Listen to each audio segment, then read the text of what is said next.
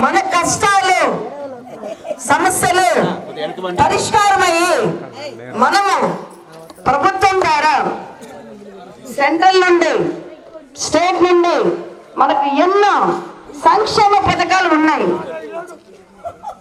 కొంతమందికి తెలియదు కూడా, ఎందుకు అవగాహన లేదు.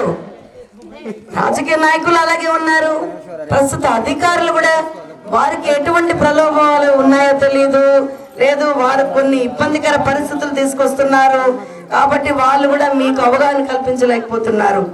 లేదునంటే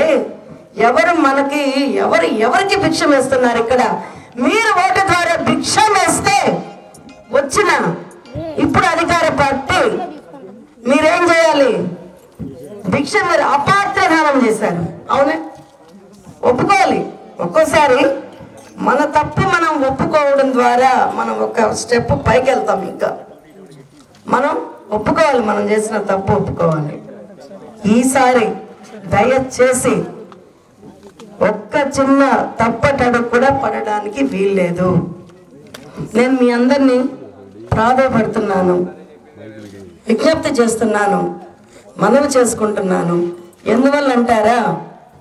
ఒక్క ఓటు ఒక్క క్షణం ఆలోచించి వేయడం ద్వారా మీ యొక్క పిల్లల భవిష్యత్తు రేపు బంగారు భవిష్యత్తు కాబోతుంది. ఇప్పటి యువతే రేపటి భవిత కాబట్టి దయచేసి మీరందరూ కూడా మీ ఆయుధం ఏంటి? ఓటు. మీ హక్కు ఏంటి? ఓటు. దాంతో మీరు ఖచ్చితంగా ఈసారి జనసేన తెలుగుదేశం పొత్తులో భాగంగా మనం ఏకైక లక్ష్యం అధికార పార్టీని గద్ద దింపడమే మన లక్ష్యం. కరెక్ట్, బాగా చెప్పారు. ఇక్కడ మా అందరికి పవన్ కళ్యాణ్ గారు ఏం చెప్పారంటే, స్థానికంగా ఉండే నాయకులు అంటే లీడర్స్, యువత, జన సైనికులు ఒక్కొక్కరు ఒక్కొక్క యోధుడితో సమానం. అలాంటి మీలో ఉన్న లీడర్షిప్ని మమ్మల్ని బయటకు తీయమని పంపించారు. రేపు వచ్చే ఎన్నికల్లో, స్థానికంగా జరిగే ఎన్నికల్లో మీ కష్టానికి ఖచ్చితంగా గుర్తింపు ఉంటుంది, పదవులు ఉంటాయి. మిమ్మల్ని గెలిపించుకునే బాధ్యత నాది.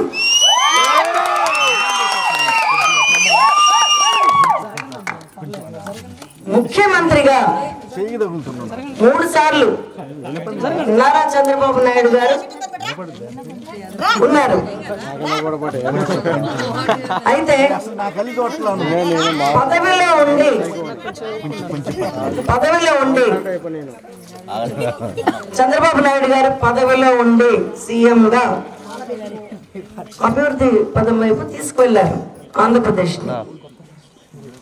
పవన్ కళ్యాణ్ గారు 10 సంవత్సరాలు జనసేన పార్టీ స్థాపించి ఒక్క పదవి ఆశించకుండా నిస్వార్థంగా ఎంతో సేవ చేశారు, ఎన్నో ఉద్యమాలు పోరాటాలు చేశారు.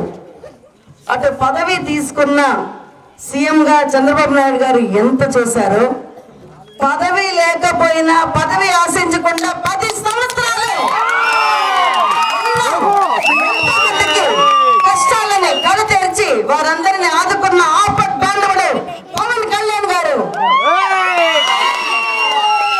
కాబట్టి 3 సార్లు సీఎం గా చేసిన చంద్రబాబు నాయుడు గారి యొక్క అనుభవాన్ని, రాజకీయ చాతుర్యాన్ని, పదవి లేకపోయినా నిస్వార్థంగా 10 మంది కోసమే నా జీవితం అని భావించే పవన్ కళ్యాణ్ గారు లాంటి వారు పదవిలోకి రావాలి. కాబట్టి ఇద్దరి యొక్క సిద్ధాంతాలు, ఆశయాలు ఇప్పుడు సమాజానికి, మన అంధకారమైన ఆంధ్రప్రదేశ్కి ఎంతో అవసరం.